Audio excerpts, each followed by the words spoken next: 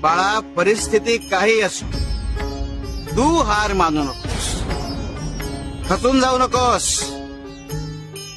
अरे आम्ही आहोत तुझ्या पाठीशी. तू स्थिर राहा, अडून राहा तुझ्या खरेपणाशी, तुझ्या भक्तीशी. वेळ बदले तसं आंबट कैरीचं रूपांतरण गोड आंब्यात होतं, अगदी तसंच तुझी ही वेळ बदलेल.